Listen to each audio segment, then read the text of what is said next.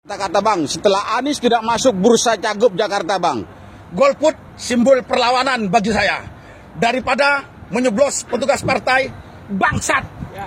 Gua orang Jakarta, anak Betawi asli, ogah banget ikutan pencoblosan gubernur tahun ini. Calon pemimpinnya munafik semua. Dulu kena kan Jakarta dijek-jekin, Persija juga dijek-jekin. Masa sekarang tiba-tiba pengen nyalon jadi gubernur Jakarta, Persija tidak bagus sih. Jakarta dibangga-banggain. Dikira kita baca kemarin sore apa yang nggak perlu dibodohin. Elah. Segitunya banget kayaknya ngejilat keluarganya sendiri. Udahlah, stop lah pencitraan. Syarat untuk mencalonkan menjadi calon gubernur itu ada 3 hal. Mutlak 3 hal harus terpenuhi. Pertama, harus melalui kendaraan partai. Yang kedua, kalau memang punya basis massa yang kuat, bisa daftar melalui independen. Yang ketiga, tidak kalah penting adalah dana, pembiayaan. Itu harus terpenuhi. Lah ini partai kagak punya. Mau daftar calon gubernur, kasihan deh lo kagak dibawa oleh partai.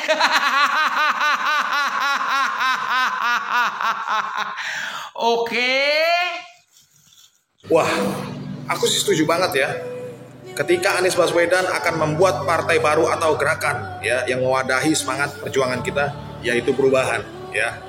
Saya kira situasi hari ini kita sudah tahu lah, everybody know ya. Gak perlu kita harus menjelaskan panjang lebar, kalian lihat sendiri situasinya, carut marutnya hari ini. Ini mudah-mudahan menjadi harapan baru untuk kita semua, ya, apalagi yang kaum muda, ya. Coba teman-teman ketik, kita cek ombak dulu deh ya. Ketik daerah kalian, ya, di mana absen, ya, setuju atau tidak. Coba kita lihat dulu itu teman-teman. Kita cek ombak dulu teman-teman, ya. Dan kalau yang mau ngusul partai apa, silakan usul di kolom komentar, siapa tahu ini menjadi referensi. Oke kawan-kawan, semangat perubahan. Memang Bang Anies nggak bisa dimajukan oleh PKS.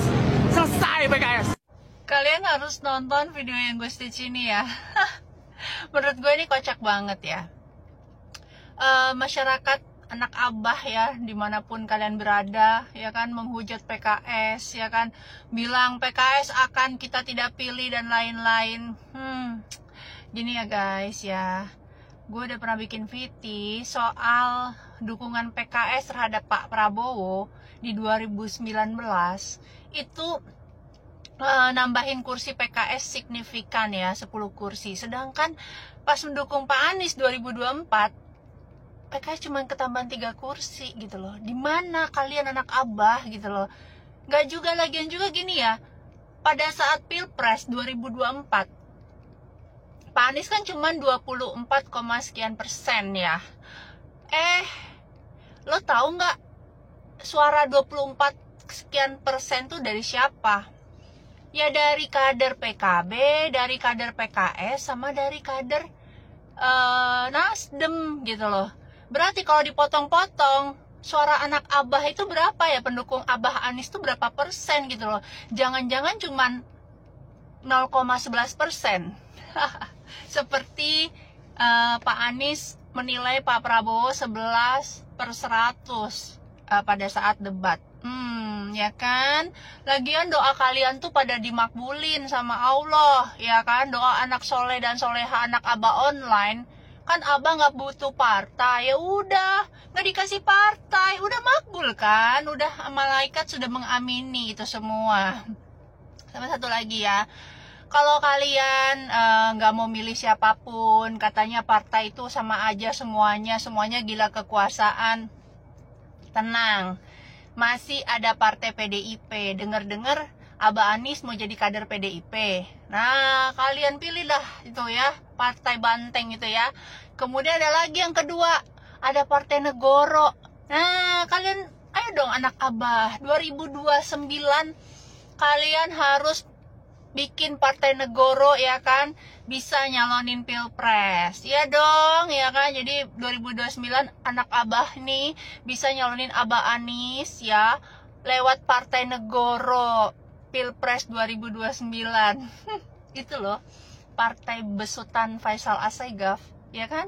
Ya udah, anak abah isi aja ke situ Partai Negoro, ya kan? Nah, kita tunggu sebagai netizen, ya kan? Kita tunggu yang katanya menggadang-gadangkan, menenggelamkan semua partai, termasuk PKS, termasuk semuanya gitu kan, yang meninggalkan Abah Anies di tantrum. Salam waras. Setelah Pak Anies gagal untuk maju dalam pencalonan gubernur DKI Jakarta dan juga kemarin sempat mau diangkat untuk maju ke pemilihan gubernur Jawa Barat juga, akhirnya Pak Anies nggak mau guys ya. Dan Pak Anies rencananya dalam beberapa waktu ke depan, entah kapan, beliau punya misi bahwa akan mendirikan atau membangun sebuah ormas atau partai ya.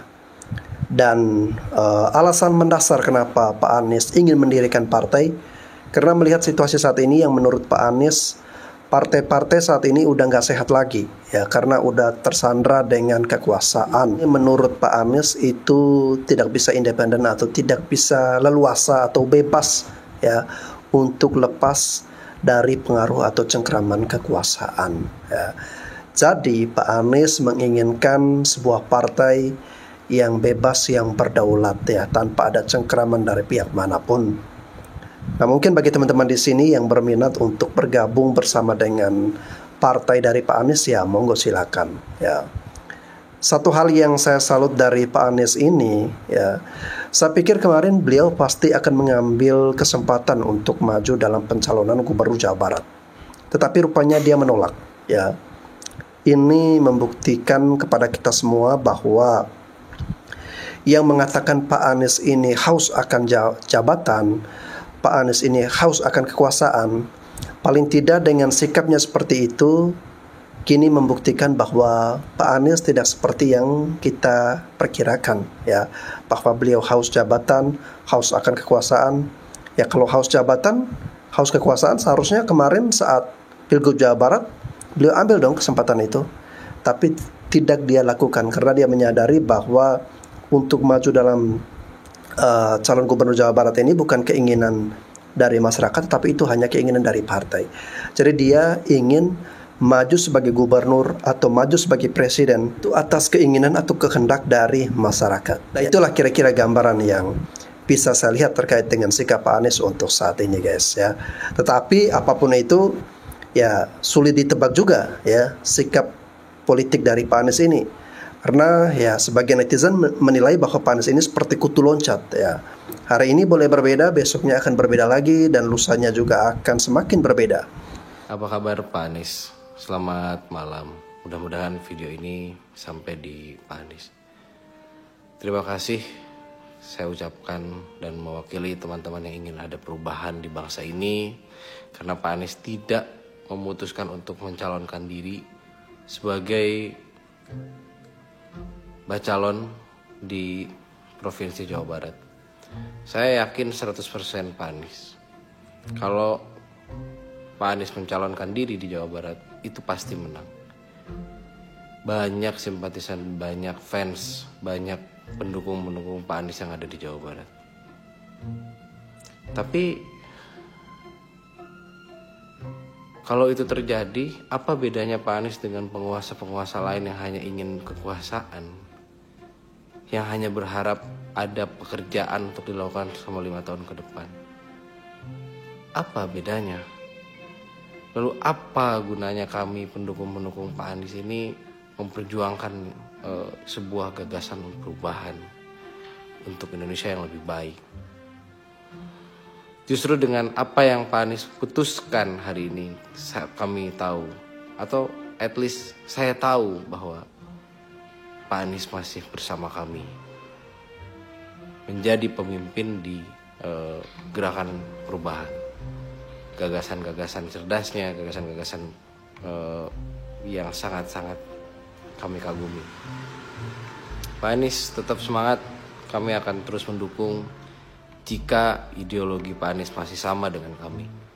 Tapi kami akan mencari orang yang berbeda, orang yang lain dengan ideologi yang sama jika memang Pak Anies memutuskan untuk mengikuti apa yang diinginkan oleh penguasa. Terima kasih Pak Anies. Halo Pak Anies, apa kabar? Tetap tidak menyerah untuk Indonesia ya Pak. Semangat Pak. Awalnya ketika mendengar Bapak akan mencalonkan diri sebagai gubernur, rasanya tuh senang banget. Karena apa? Karena akan ada harapan di mana kaum menengah itu memiliki harapan mendapatkan beasiswa pendidikan, di mana dibilang kaya juga nggak kaya, dibilang miskin sedang menuju kemiskinan. Ya, tapi sekarang harapan itu sudah pupus. Kita nonton drama Cina yang sedang tren yuk Pak. Judulnya itu The Resilient Dr. Lin, dan pemeran utamanya itu Lin Rojin. Nah, dia itu keren banget. Coba Bapak tonton, itu bagus banget loh. Guys, kalian tahu kabar terbaik saat-saat ini nggak? Salah satunya adalah Bapak Anies Baswedan tidak ada yang melirik. Dan puji Tuhan, saya senang sekali pada saat hal ini terjadi. Kenapa? Karena ini menandakan bahwa kuasa Tuhan sedang bekerja. Bagaimana mungkin membiarkan orang songong yang menghina seseorang di panggung kontestasi pada saat acara debat memberikan nilai 11 dari 100, itu akhirnya tidak ada partai politik yang melirik. Siapa yang akan melirik orang-orang yang memiliki attitude yang buruk? Mungkin satu sisi beliau katanya orang pintar, tapi kalau orang pintar pasti akan berpikir panjang apabila akan melakukan sesuatu. Dan hal ini juga tidak jauh kejadiannya dengan Bapak Ganjar Pranowo, yang mana Bapak Ganjar Pranowo hilang namanya bagi ditelan bumi. Beliau juga tidak kalah buruknya memberikan nilai pada Bapak Prabowo Subianto, calon presiden kita. Saudaraku yang terkasih, ini adalah kejadian-kejadian yang harus kita teladani. Bahwa jangan menghina orang, jangan membuli orang di panggung. Maka akibatnya akan sangat luar biasa. Bagaikan karma jelek yang datang kepada diri kita atas perbuatan kita. Anies Baswedan sudah mendekati sana sini, bahkan hadir, datang ke PDIP. Ternyata cuma di PHP, padahal sudah terlanjur ya bikin flyer, bikin isu-isu kalau calon dari PDIP adalah Bapak Anies Baswedan dan Bapak Rano Karno. Nyatanya apa yang terjadi? PDIP hanya PHP kan? PDIP tahu karakter-karakter seperti ini akan membuat kekalahan bagi PDIP untuk kesekian kalinya. Mungkin PDIP sudah menyesal. Dan mungkin PDIP sudah sangat menyesal. Bukan hanya sekedar menyesal. Dengan kejadian Bapak Ganjar Pranowo di panggung kontestasi beberapa waktu yang lalu. Sudah banyak menyesal dengan banyak-banyak kejadian yang lalu, kelakuan-kelakuan sekjennya dan sebagainya. Sehingga harus hati-hati dan mencari orang yang bersih untuk menjadi calon DKI 1. Nah, saudaraku yang terkasih, pembelajaran dan teladan bagi kita bahwa jangan membuli orang, apalagi di depan publik. Jangan menghina orang, melecehkan orang, melakukan perbuatan-perbuatan buruk di seluruh mata melihat kejadian itu. Khususnya di debat calon presiden, karena seluruh mata akan melihat, bukan hanya ribuan, tapi puluhan juta mata melihat. akhirnya kita masyarakat tahu orang seperti apa sih beliau-beliau ini. Dan disinilah Tuhan bekerja memberikan keadilan. Di mana yang terjadi? Pak Anies ditolak banyak partai. Yang kedua, Ganjar Pranowo bagaikan hilang di telan bumi, sudah tidak memiliki panggung lagi. Kita juga membayangkan apa yang terjadi apabila mereka saat itu berhutang miliaran bahkan triliunan. Kemudian ada pemodal yang memperkarakan untuk membuat mereka dipidanakan karena nggak bisa bayar. Apa yang terjadi, saudara? Wah, tentu sakitnya sampai ke ulu hati. Ya, syukur-syukur kalau pemodal memperkarakan ditindak perdata. Nah, jadi dalam kasus-kasus perdata ya, ini lebih aman karena bisa dicicil semampunya. Sampai kapan? Iya, tergantung besarnya hutang dong. Terserah mau sampai kapan. Maka kalau kita merasa bahwa kita tidak mampu, jangan memaksakan diri. Seringkali kekuasaan itu hadir karena Tuhan kasih dengan berbagai macam cara. Nah, cerita-cerita yang lalu ini pada kontestasi Pilpres bisa memberikan pelajaran besar buat kita. Bahwa kita tidak boleh melakukan hal-hal yang buruk yang dilihat banyak orang. Dan bahkan yang tidak dilihat banyak orang pun jangan dilakukan. Karena dinding memiliki telinga, angin bisa menyampaikan banyak hal. Maka dari itu, Anda yang saat ini mungkin sedang bertarung untuk menjadi wali kota, bupati, gubernur, tetap semangat. Jangan pernah menjelek-jelekan lawan. Karena secara psikologi masyarakat lebih suka membentengi dan membela mereka yang dijelek-jelekan dan direndahkan. Salam sukses. Oke, jadi begini ya Bu, kalau menurut saya melihat Ibu ini masih terbawa suasana dalam debat Pilpres kemarin ya. Jadi Ibu seperti masih menaruh amarah atau masih menyimpan dendam dengan sikap dari Pak Anies maupun Pak Ganjar yang menilai Pak Prabowo ya. Dalam perdebatan saya kira itu hal yang wajar ya apabila saling menyerang dan menjatuhkan lawan. Bukankah Mas Gibran juga menjatuhkan Pak Mahfud ya? Itu hal yang lumrah dalam perdebatan.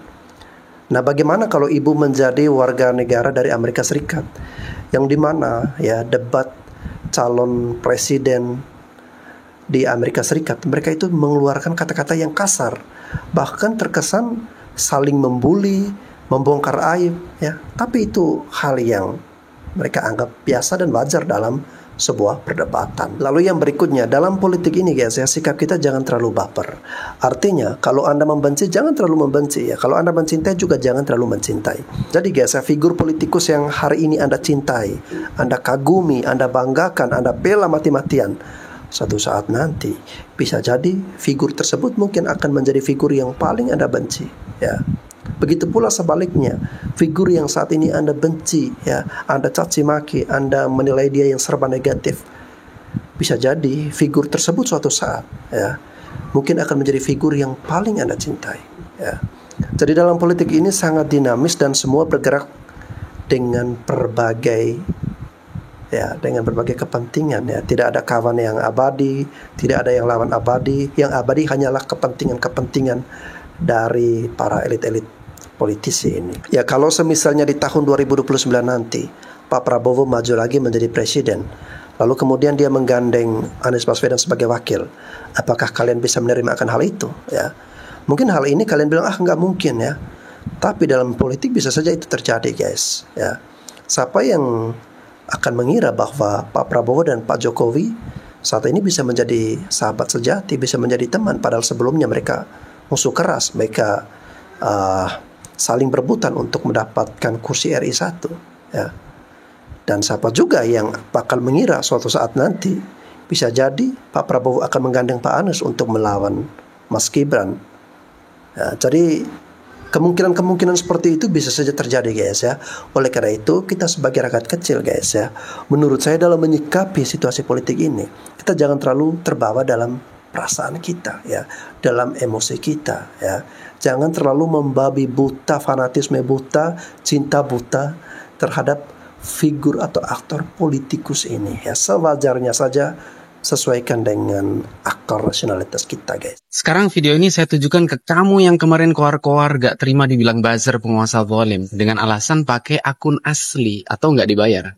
Kalau kamu gak dibayar dan pakai akun asli, itu artinya kamu itu bukan buzzer, tapi kamu pendukung ekstremis penguasa yang zalim.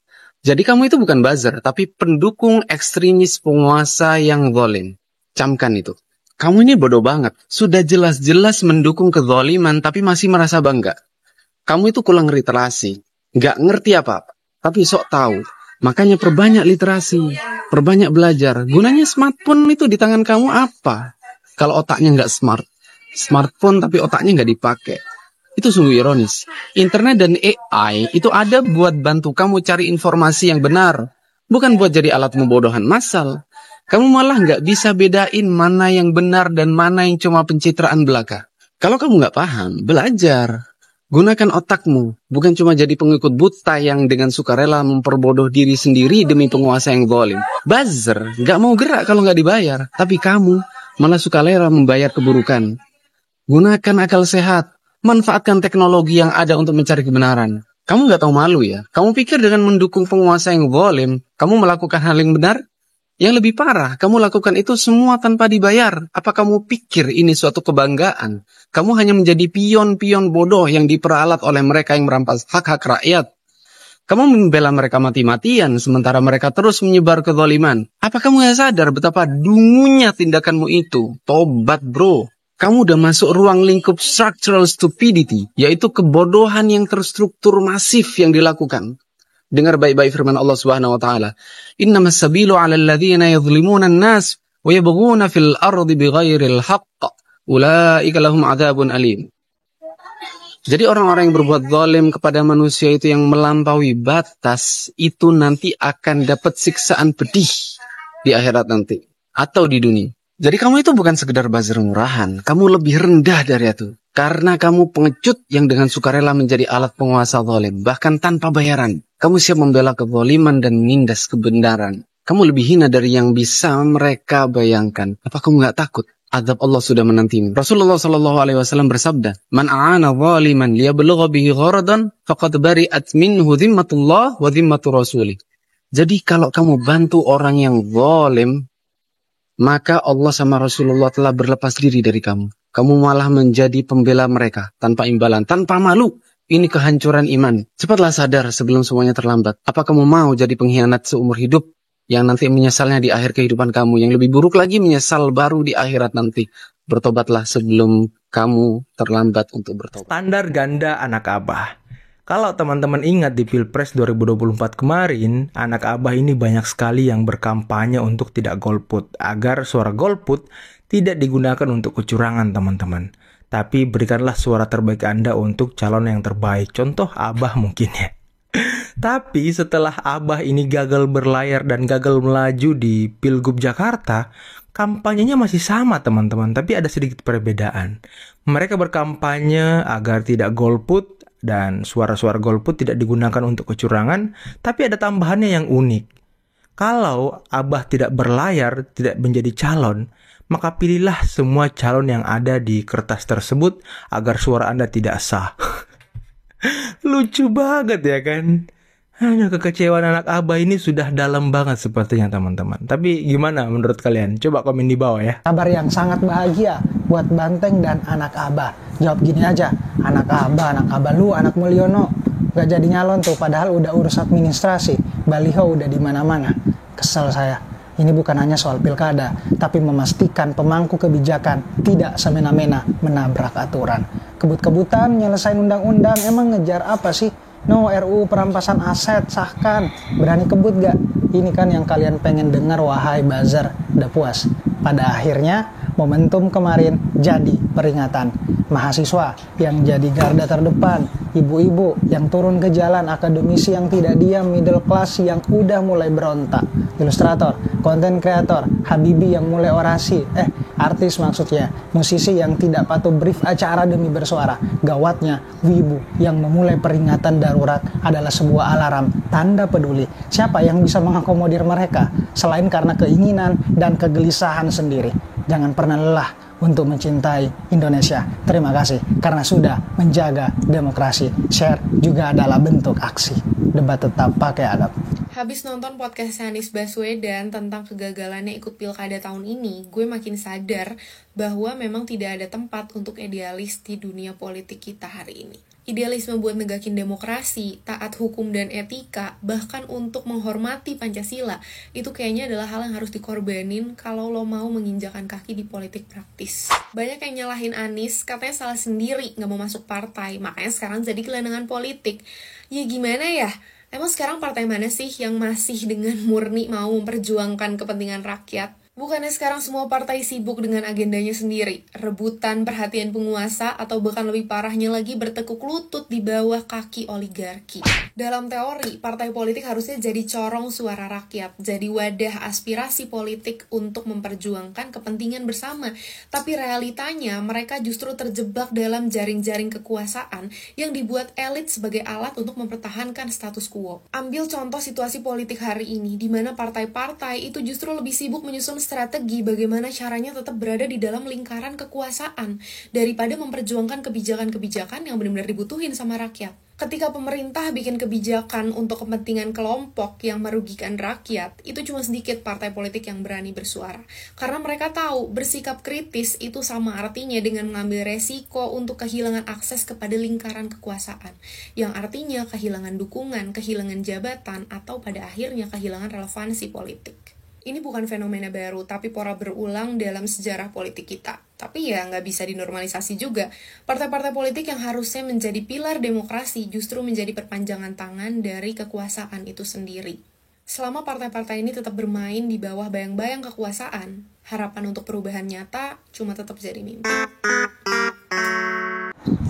Ya mungkin inilah alasan ya kenapa Pak Anies punya ide atau gagasan dalam pikirannya bahwa dia akan mendirikan ormas atau partai baru, karena dia melihat bahwa partai-partai yang ada saat ini itu tersandra dengan kekuasaan ya.